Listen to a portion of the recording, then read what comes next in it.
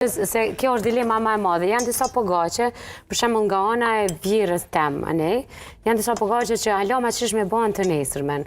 Po janë disa tjera që e gatojnë për shembull nga ana jon, o duhet me konsumu të nxehtë, o pastaj nuk ka shije. Unë jam në gjitha forma. Ndoshta mendoj që kuzhina është duhet me dashur. Po.